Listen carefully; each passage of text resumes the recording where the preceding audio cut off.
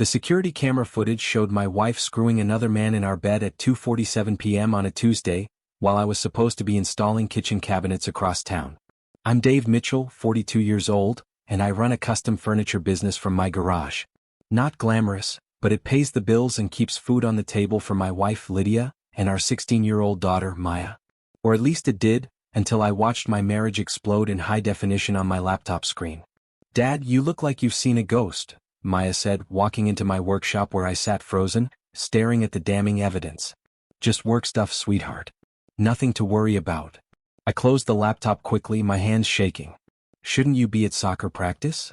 Coach canceled. Mom's not home yet and I'm starving. Can you make me a sandwich?" I nodded absently, following her into the house. The same house where Lydia had been entertaining her lover just 3 hours earlier. The same bed where we'd slept together for 15 years. Where Maya had crawled in during thunderstorms as a little girl. Where I'd held Lydia through her father's cancer scare 2 years ago. The kitchen felt different now. Everything felt different. "Earth to Dad," Maya said, waving her hand in front of my face. "You're acting super weird." "Sorry, kiddo. Just thinking about a project." I opened the refrigerator, grateful for something normal to do. "Turkey and Swiss." "Okay, perfect. Oh, and Mom texted. She's working late again tonight. Some big HR thing at the office." "Working late, right?" I'd installed those security cameras 3 weeks ago after our neighbor, Mrs. Feldman, mentioned seeing unusual activity at our house during the day. I thought maybe we had a break-in problem. Turns out the only thing being broken into was my marriage. I made Maya's sandwich with mechanical precision, my mind racing. The man in the video was Chris Brennan, Lydia's co-worker from the regional office. I'd met him at company parties, tall, athletic, the kind of guy who wore expensive cologne and talked about his CrossFit times. The kind of guy who made jokes about blue-collar types like me. "Dad, you're putting way too much mustard on that sandwich." I looked down. She was right. I'd been squeezing the bottle unconsciously, lost in my thoughts of revenge. After Maya finished eating and went upstairs to do homework, I sat in my workshop planning. I'm good with my hands, good at building things, good at taking things apart. Tonight I was going to take my wife's perfect little world apart, piece by piece. First I called my best friend, Eddie, who owns Murphy's Tavern downtown. "Dave, what's going on, buddy?" "Eddie, I need a favor." "A big one." "Name it." "Can you cover for me if anyone asks?" "Say I was at the bar tonight from 6 o'clock to closing." There was a pause. "Dave, what kind of trouble are you getting into?" "The kind where I catch my wife cheating and need an alibi for what I'm about to do next." "Jesus Christ. You sure about this?" "I've got it on video, Eddie. High def, surround sound. The whole production." "That which? Yeah, I got your back. But Dave, don't do anything stupid." "Don't worry. I'm not going to hurt anyone, but I am going to make sure everyone knows exactly what kind of person Lydia really is." Next, I called Lydia's parents. Judith and Alan Hartwell lived in the old Victorian house on Maple Street, the one that had been in their family for 3 generations. They were proper people, church-going people, the kind who still believed in marriage vows and family honor. "Hello, Alan. It's Dave. I need to talk to you and Judith about something important. Can I come over tonight?" "Of course, son. Is everything all right? You sound upset." "I'll explain when I get there. And Alan, you might want to have Judith sit down for this conversation." At 7:30, I knocked on the Hartwell's front door, laptop bag in hand. Judith answered, her silver hair perfectly styled despite the late hour. "Dave dear, come in. Alan's in the living room. Would you like some coffee?" "No thank you, Judith, but you should probably sit down." We gathered in their formal living room, all dark wood and family portraits. I set my laptop on the coffee table between us. "I installed security cameras in our house 3 weeks ago," I began. "I thought we might have had a break-in. Instead, I discovered something else entirely." I opened the laptop and turned it toward them. "This was recorded today at 2:47 p.m. I hit play. Judith gasped and covered her mouth. Alan's face went white, then red, then purple. "Turn it off," Judith whispered. "Please turn it off." I closed the laptop. "There's more hours of it. Different days, different positions." Alan stood up abruptly, his hands clenched into fists. "That's our daughter. Our daughter who we raised to be a decent woman, a faithful wife." "I'm sorry you had to see that," I said. "But I needed you to know the truth before I do what I'm about to do next." "What are you planning, Dave?" Judith asked, tears streaming down her face. "I'm going to make sure everyone knows what she's done. Her friends, her coworkers, everyone at church. I'm going to destroy her reputation the same way she destroyed our marriage. Alan nodded slowly. She's made her bed. Now she can lie in it. With Chris Brennan apparently, I added. The next morning I put my plan into motion. First I called my assistant, Ryan, and told him I was taking a few days off for a family emergency. Then I called Lydia at work. Hey honey, I said, forcing my voice to sound normal. I got a last-minute job in Chicago. Big money, custom dining room set for some tech executive. I'll be gone until Friday. Oh, she said, and I could hear the excitement she was trying to hide. That's great, Dave. The extra money will be nice. Yeah, I'm leaving this afternoon. Kiss Maya for me when she gets home from school. Of course. Drive safe. I hung up and immediately called Mrs. Feldman, our 70-year-old neighbor who knew everyone's business and wasn't shy about sharing it.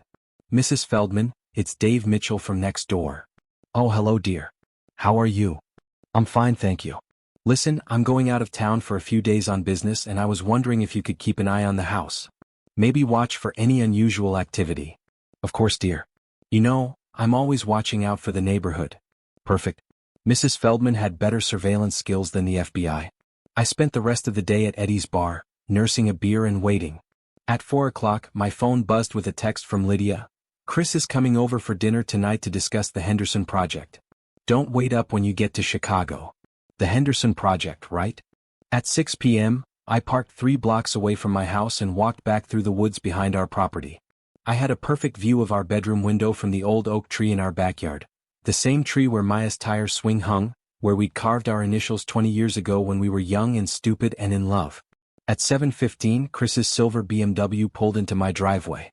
I watched him walk to my front door carrying a bottle of wine and a bouquet of flowers. My flowers for my wife in my house. I pulled out my phone and called the house. Lydia answered on the second ring. Hello. Hey babe. Just wanted to let you know I made it to Chicago safely. Oh, that's good. I was just finishing up some work with Chris. Chris is there? At our house. Yes, we're going over the Henderson files. You know how complicated that account is, right? Well, don't work too hard. I love you. Love you too. Bye. She hung up quickly. I could see them through the living room window. Chris's hand already on her back, leading her toward the stairs. I waited 30 minutes, then made my move. I still had my house key, obviously. I crept through the front door as quietly as possible, hearing sounds from upstairs that made my stomach turn. I tiptoed to the hall closet and grabbed my old baseball bat. The Louisville Slugger I'd used in high school, the one Lydia always complained about me keeping. Then I called Lydia's parents. Alan, it's Dave. I need you and Judith to come to the house right now. What's wrong? She's here with him right now. We'll be right there. I waited on the front porch. The Hartwells arrived 10 minutes later, Alan's face grim, Judith clutching her purse like a tool. Are you sure about this, Dave? Judith whispered. Listen, I said. We stood there in the cool evening air, and the sounds from our bedroom window were unmistakable. Dear God, Judith breathed. I unlocked the front door. After you. We climbed the stairs together. 3 people united in righteous anger. The bedroom door was closed but not locked. I turned the handle slowly and pushed it open. They were so absorbed in each other that they didn't notice us at first. Chris was wearing my bathrobe, my favorite robe, the one Lydia gave me for Christmas 3 years ago. Lydia was wearing nothing but the pearl necklace her grandmother had left her. Well, I said loudly. The Henderson Project is certainly more hands-on than I expected. Lydia screamed and grabbed for the sheet. Chris jumped up so fast he tripped over his own feet and crashed into my dresser, sending my watch collection scattering across the floor. Dave. Lydia gasped. What are you? You're supposed to be in Chicago. Surprise, I said. I brought some guests. That's when she saw her parents standing behind me. Judith was staring at her daughter with a mixture of horror and disgust. Alan was staring at Chris with pure rage. Mom, Dad, what are you doing here? We came to see what kind of woman we raised, Alan said, his voice shaking with fury. Apparently we failed. Chris was frantically trying to put on his pants, hopping around on one foot like an idiot. Mr. Hartwell, Mrs. Hartwell, this isn't what it looks like. It looks like you're screwing my daughter in her husband's bed while wearing his bathrobe, Alan said. What exactly should it look like? I can explain, Lydia said, clutching the sheet to her chest. Please do, I said, leaning against the door frame with my arms crossed. I'm fascinated to hear how this is all a big misunderstanding. She opened her mouth, then closed it again. What was she going to say? That she tripped and fell on Chris's Johnson? You disgust me, Judith said quietly. Both of you in this house, in this bed where my granddaughter was conceived. That hit home. Lydia started crying, but they weren't tears of remorse. They were tears of someone who'd been caught and was feeling sorry for herself. Everyone just needs to calm down, Chris said, finally getting his pants on. We can work this out like adults. Adults? I laughed. Adults don't sneak around behind their spouse's back. Adults don't screw their coworker's wife in his own bed. Adults don't lie about working late when they're really working under my wife. Dave, please, Lydia said. Can we talk about this privately? No, I said. Privacy is what got us into this mess. From now on, everything is public. Chris tried to push past me toward the door, but I blocked his path. Where do you think you're going, champ? I'm leaving. This is between you and your wife. Oh no. You're very much part of this conversation. Sit down. I don't have to listen to this. I picked up my baseball bat from where I'd leaned it against the wall. I said, sit down. Chris sat on the edge of my bed, still wearing my robe over his hastily pulled-on pants. The irony wasn't lost on me. Here's what's going to happen, I said, addressing both of them. First, you're going to tell Lydia's parents exactly how long this has been going on. Dave, please, Lydia whispered. How long? Alan demanded. Lydia looked at the floor. 6 months. 6 months, I repeated. 6 months of working late and business dinners and team-building exercises. 6 months of lying to my face every single day. It wasn't supposed to happen, Chris said.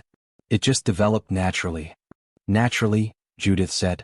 There's nothing natural about adultery, young man. Mrs. Hartwell, you don't understand the pressure we're under at work.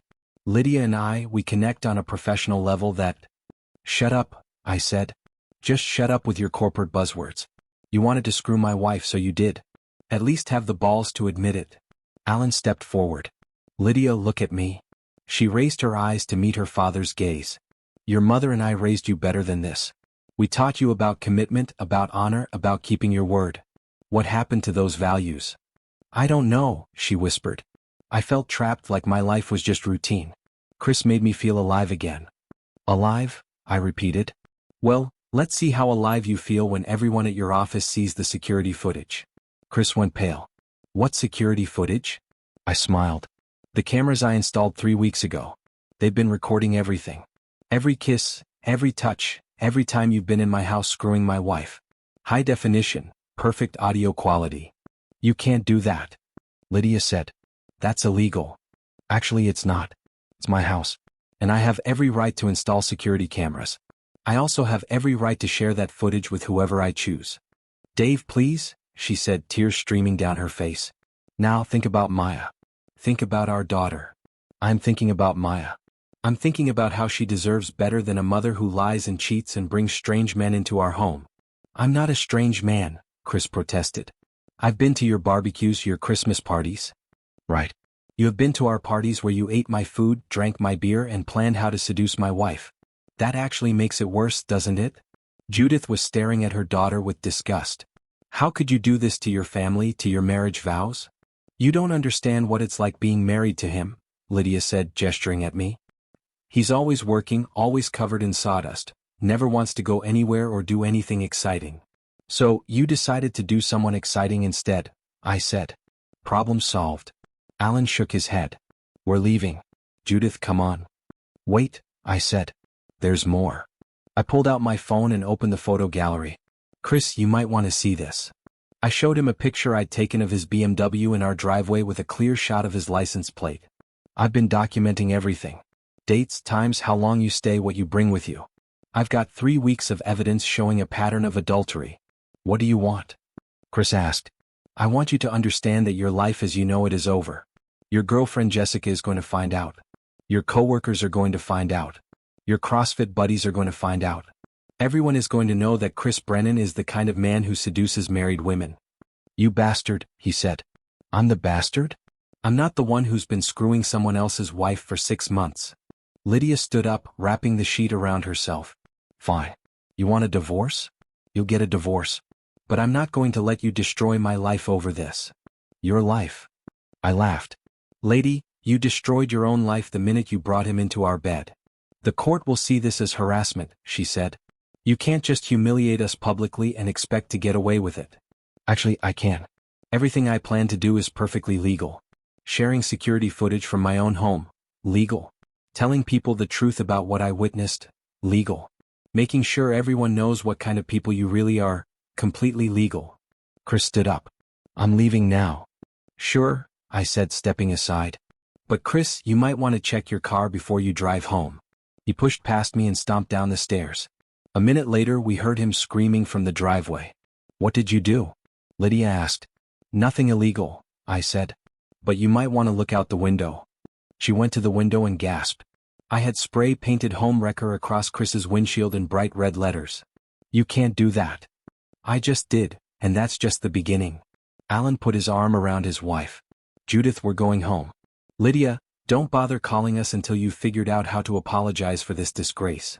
After her parents left, Lydia turned to me with fury in her eyes. You think you're so clever, don't you? You think you've won something here? I think I've exposed the truth. Everything else is just consequences. I'll destroy you in the divorce. I'll take half of everything, including your precious workshop. Good luck with that. See, adultery is still grounds for fault-based divorce in this state. And I've got evidence, lots and lots of evidence. She stared at me for a long moment, and I could see her calculating, trying to figure out her next move. Maya's going to hate you for this, she said finally. Maya's going to hate the person who broke up our family. That would be you, in case you're confused. I turned and walked toward the door. Where are you going? She called after me. Out. This is still my house for now, but I can't stand the smell. I drove straight to Murphy's Tavern where Eddie was waiting with a beer and a sympathetic ear. How'd it go? He asked. Better than expected. Her parents saw everything. Chris is probably still trying to scrape paint off his windshield. Good for you, man. That took balls. Eddie, I need another favor. Name it. I need you to accidentally let it slip to a few people about what happened. You know, just casual conversation. Eddie grinned. Accidentally? I can do accidentally. Murphy's Tavern was the kind of place where everyone knew everyone else's business. By closing time, half the neighborhood would know that Lydia Mitchell was cheating on her husband with some corporate pretty boy. I was 3 beers in when my phone started buzzing with text messages. The first was from Mrs. Feldman. Dear, I saw that young man leaving your house in quite a hurry. Is everything all right? I texted back, everything's fine now, Mrs. Feldman. Thanks for keeping an eye on things. The second was from Chris. You're going to pay for what you did to my car. I replied, send me the repair bill. I'll frame it. The third was from Lydia. We need to talk. I ignored that one. The fourth was from my daughter Maya. Dad, Mom is crying and won't tell me what's wrong. Where are you? That one sobered me up fast. I called Maya immediately. Hey, sweetheart. Dad, what's going on? Mom's been locked in your bedroom for 2 hours and there's red paint all over the driveway. I'll be home in 20 minutes. We need to have a talk. Is everything okay? No, honey. Everything is definitely not okay. But it will be. I drove home dreading the conversation I was about to have. Maya was smart, mature for her age, but she was still my little girl. How do you tell your 16-year-old daughter that her mother is a cheating liar? Maya was waiting for me in the living room when I walked in. Lydia was nowhere to be seen. Dad, you're scaring me. What happened? I sat down next to her on the couch. Maya, your mom and I are getting divorced. Her face crumpled. What? What did you do? I didn't do anything, sweetheart. Your mother has been seeing another man. What do you mean, seeing another man? I mean she's been having an affair for 6 months. Maya stared at me, processing this information. Are you sure? I have video evidence. Oh my God. She put her head in her hands. Who is it? Someone from her work. It doesn't matter who. It does matter. I want to know who destroyed our family. I sighed. His name is Chris Brennan. You've met him at company parties. The guy with the fancy car.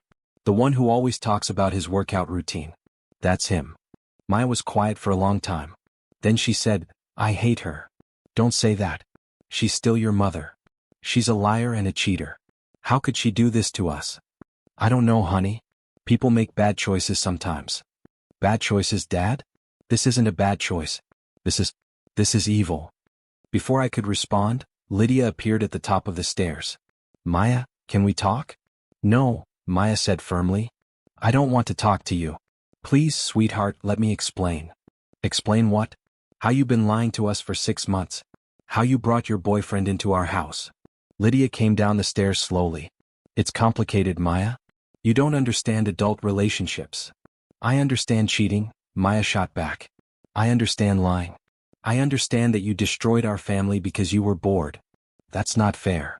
Fair? Maya stood up, her voice rising. You want to talk about fair? Is it fair that Dad has to find out his wife is cheating by installing security cameras? Is it fair that I have to find out my mother is a liar? Maya, please. No, I'm going to stay with Grandma and Grandpa Hartwell. I can't even look at you right now. Maya ran upstairs to pack a bag. Lydia turned to me with desperation in her eyes. Dave, please help me fix this. Fix this? Lydia, you can't fix this. You broke something that can't be repaired.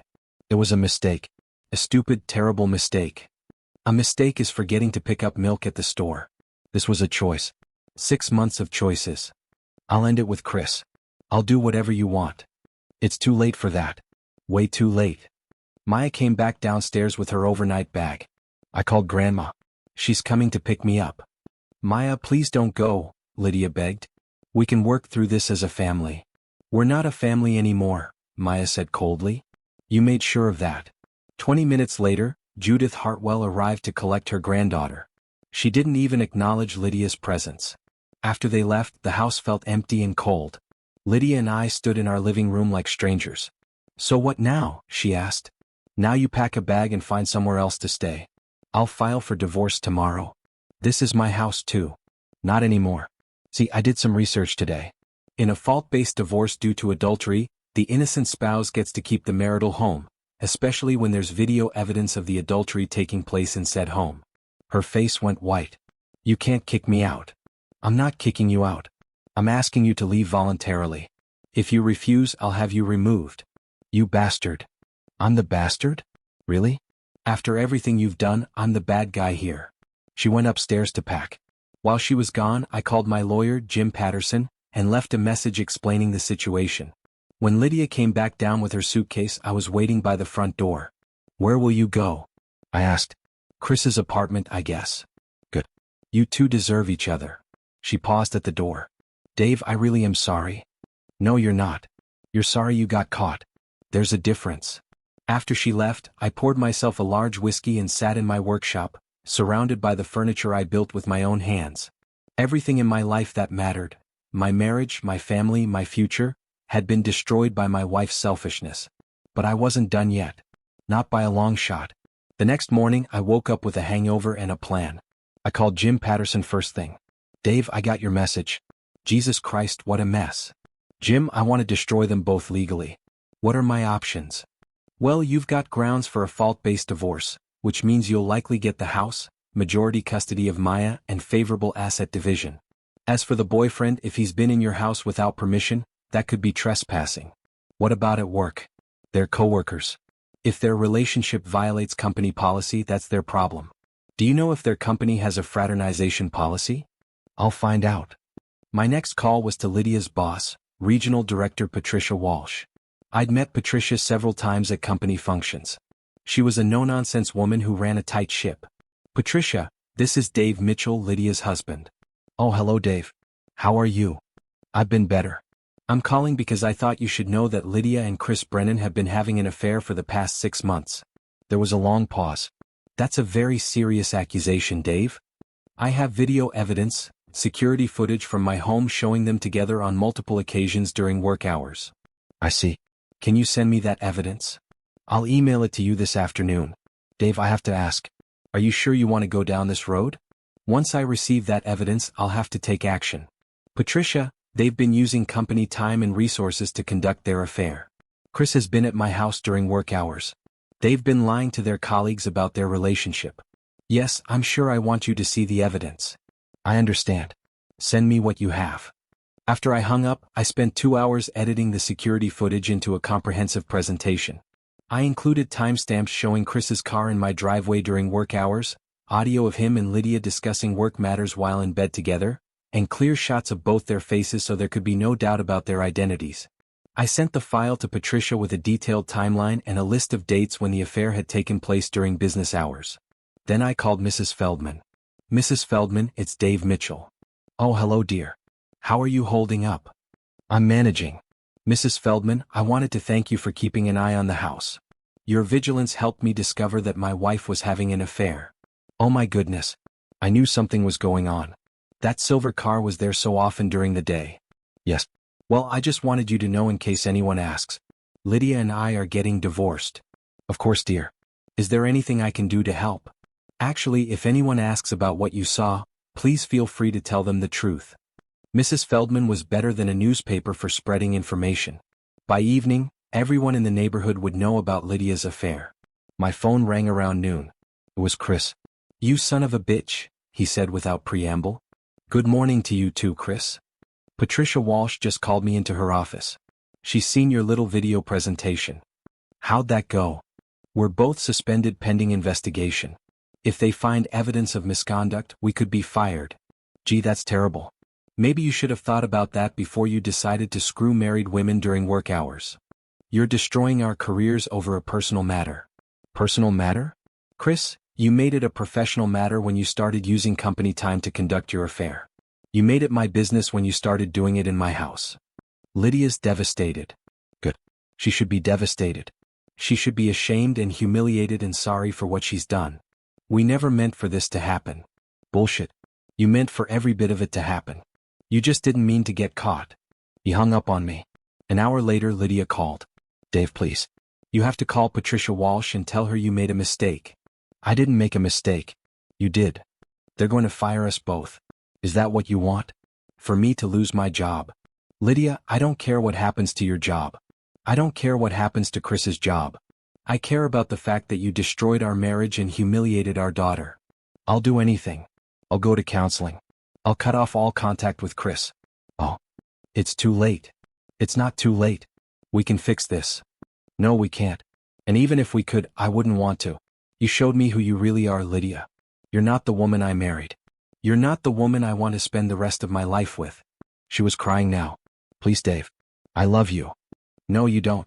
If you loved me, you wouldn't have done this. I hung up and turned off my phone. That evening, Maya called me from her grandparents' house. Dad, Mom came over here crying and begging Grandma and Grandpa to talk to you.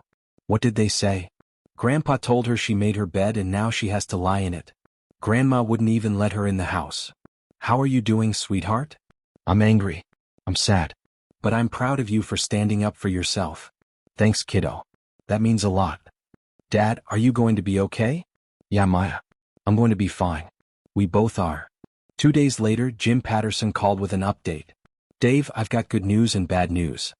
Give me the bad news first. Lydia's hired a lawyer. She's going to fight the divorce. And the good news? Her lawyer is an idiot. He's trying to claim that your security cameras were installed illegally and that the footage is inadmissible. Is he right? Not even close. You have every right to install security cameras in your own home. The footage is absolutely admissible and it's damning. What about the work situation? I heard through the grapevine that both Lydia and Chris were terminated yesterday for violating company policy. I felt a surge of satisfaction. Really? Really? Apparently your video presentation was very thorough. Their company has a strict policy against fraternization between employees, and conducting personal relationships during work hours is grounds for immediate termination. So, they're both unemployed. Both unemployed, both facing a messy divorce proceeding, and both dealing with the social consequences of their actions. Good. The final piece of my revenge came together the following weekend. Eddie called me Saturday morning. Dave, you need to get down to the bar now. What? What's happening? Chris is here. He's drunk out of his mind and running his mouth about you. I was there in 10 minutes. Chris was at the bar, 3 sheets to the wind, telling anyone who would listen that I was a psychotic control freak who had ruined his life over nothing. Nothing? I said, walking up behind him. You call 6 months of screwing my wife nothing? He turned around, swaying slightly. Dave. There's the man of the hour. Chris, you're drunk. Go home. I don't have a home anymore. Thanks to you, I can't afford my apartment. Thanks to you, I don't have a job. Thanks to you, my girlfriend left me. Thanks to me? Chris, I didn't make you cheat. I didn't make you lie. I didn't make you destroy 2 families. That was all you. You set us up. You knew we were coming over that night. I knew because you've been coming over for 6 months. I knew because you're both terrible liars. The bar had gone quiet. Everyone was watching our confrontation. You want to know the truth? Chris said loudly. Your wife came to me. She said you were boring in bed, boring in life, boring in every way that matters. That was it. I grabbed Chris by his shirt and slammed him against the bar. You want to talk about boring? Let's talk about how you're a 34-year-old man who peaked in high school. Let's talk about how you have to seduce married women because no single woman will put up with your bullshit for more than a month. Get your hands off me. Let's talk about how you're unemployed, homeless, and universally despised by everyone who knows what you did. I released him and stepped back. You're pathetic, Chris. You were pathetic when you were sneaking around with my wife, and you're pathetic now. You took a swing at me. I ducked easily and watched him stumble past me, crashing into a table. Eddie, call him a cab, I said. He's done here. As Chris was dragged out of the bar, still mumbling threats and insults, I realized that my revenge was complete. Lydia had lost her job, her family, her reputation, and her future. Chris had lost everything too. Their affair had cost them more than they could have possibly imagined. I walked out of Murphy's Tavern into the cool night air, feeling lighter than I had in months. Tomorrow I would start rebuilding my life. Tonight I was finally free. Maya moved back home the following week. We ordered pizza and watched movies, just the two of us like we used to when she was little. Dad? She said during a commercial break. Yeah. I'm glad you fought back. I'm glad you didn't just let them get away with it. Me too, kiddo. Me too. 6 months later, the divorce was final. I got the house, majority custody of Maya, and most of our assets. Lydia got a small settlement and weekend visitation rights. She moved to another state with what was left of her savings. Chris moved back in with his parents. I kept the security cameras.